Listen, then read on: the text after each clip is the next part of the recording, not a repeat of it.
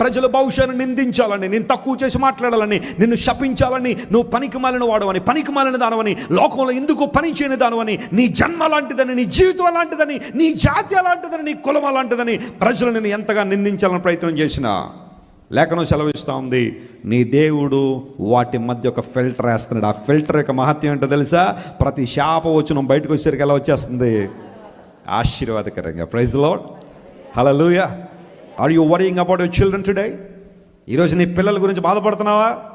నీ పిల్లల గురించి ఏడుస్తున్నావా? ప్రియ తల్లిదండ్రులారా, నీ బిడ్డల భవిష్యత్తు ఏంటని చెప్పి కంగారు పడిపోతున్నావా? అధైర్యపడిపోతున్నావా? దేవుడు మాట్లాడుతున్నాడు, నీ సంతానం, నీ భక్తి, నీ విశ్వాస జీవితం ద్వారా వారు బహు జలముల యొద్ద నివసించబోతున్నారు. నీరు దేవుని వాక్యానికి, నీరు పరిశుద్ధాత్మకు బైబిల్లో సాదృశ్యం అయితే, పరిశుద్ధాత్మ సంరక్షణలో దేవుని వాక్యము దగ్గర వారు నివసిస్తారు. అంతకన్నా ఆశీర్వాదం మరొకటి ఏదైనా ఉందా?